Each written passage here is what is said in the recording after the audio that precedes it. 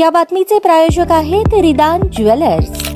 आमच्याकडे 24 crate, 22 crate, 20 crate आणि 18 कॅरेटचे सोन्याचे हॉलमार्कचे दागिने मिळतील। HUID नंबर प्रमाणित दागिन्यांसाठी GST बिल घेणे अनिवार्य। 100% रिसेल गॅरंटी। इतकेच नव्हे तर प्रत्येक 10 ग्रॅम सोने खरेदीवर 10 ग्रॅम चांदीचे नाणे 20 जुलै 2024 पर्यंत अगदी मोफत। ग्राहकांसाठी विशेष रिदान गोल्ड योजना। ग्राहकांनी सलग 11 हप्ते भरल्यावर 12वा हप्ता आम्ही भरणार। त्याची रक्कम 1000च्या पुढे कितीही। मजुरीवर 50% सूट देखील मिळेल।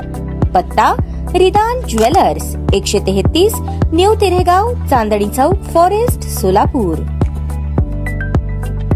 सोलापूर, नाशिक, पुणे, मुंबई, संभाजीनगर सारख्या जिल्ह्यांमध्ये ड्रग्ज व गुन्हेगारी मोठ्या प्रमाणावर वाढली आहे। मागील काही महिन्यांमध्ये पुणे, नाशिक, मुंबई, संभाजीनगर, सोलापूर आदी प्रमुख शहरांमध्ये ड्रग्जचे साठे मोठ्या प्रमाणात सापडले आहेत। या शहरांमध्ये ड्रग्जचे प्रमाण मोठ्या प्रमाणावर सापडल्याने अनेक अनुचित प्रकार घडत आहेत। महाविद्यालयीन तसेच अल्पवयीन मुले देखील ड्रग्जच्या विळख्यात सापडल्याने आत्महत्यांसारख्या घटना घडत आहेत। अनेकांची कुटुंबे उद्ध्वस्त होत आहेत। असे प्रकार सोलापुरात घडू नये यासाठी पोलिसांनी वेळेतच ड्रग्ज सप्लायर यांचा तातडीने बंदोबस्त करावा, अशा मागणीचे निवेदन जिल्हा समन्वयक सुमित भोसले यांच्या नेतृत्वाखाली जय हिंद लोक चळवळ सोलापूर शहर जिल्ह्याच्या वतीने पोलीस आयुक्त M राजकुमार यांना देण्यात आले। यावेळी आयुक्तांनी ड्रग आणि अंमली पदार्थ विकणाऱ्यांचा बंदोबस्त करण्यात येईल, तसेच त्याची नशा करणाऱ्यांवर देखील कडक कारवाई करण्यात येईल असे आश्वासन दिले। जय हिंद लोक चळवळीच्या पदाधिकाऱ्यांनीही अशा गोष्टींवर लक्ष ठेवून अंमली पदार्थ किंवा ड्रग्ज कोणी विकत किंवा बाळगत असेल, त्याची नशा करत असेल ते पोलिसांच्या निदर्शनास आणून द्यावे, त्यांच्यावर तात्काळ कारवाई करण्यात येईल असे आश्वासन दिले। यावेळी जय हिंद लोक चळवळ सोलापूर जिल्ह्याचे समन्वयक सुमित भोसले, बहुमल अवताडे, अनिरुद्ध दहिवडे, अमोल कोटगोंडे, राजू आनंदकर, किरण पाटील यांची उपस्थिती होती। आज निवेदन दिल्यात, काय होते निवेदनामध्ये, काय CP साहेब काय म्हणले रोल? नमस्कार, मी सुमित भोसले, समन्वयक जय हिंद लोक चळवळ।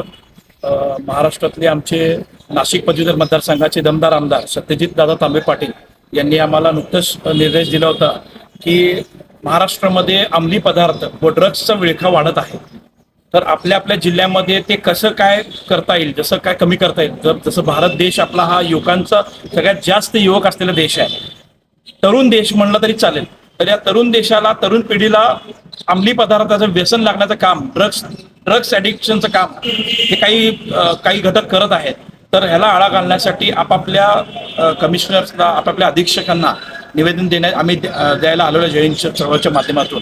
आमदार सत्यजित तांबेंनी सांगितलंय की जिथं शक्य आहे तिथं पोलिसांनाही मदत करा, तुम्हाला जसं माहिती देता येईल तर माहिती द्या।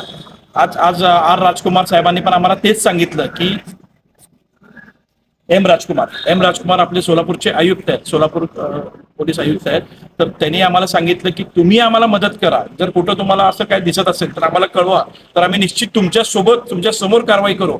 तर आज राजकुमार साहेबांना भेटल्यानंतर एक आम्हाला आनंद झालाय आणि एक आम्हाला कॉन्फिडन्स आलाय की सोलापूरमध्ये तर ड्रग्स आणि अंमली पदार्थ म्हणजे काय होणार नाही असं मला वाटतंय।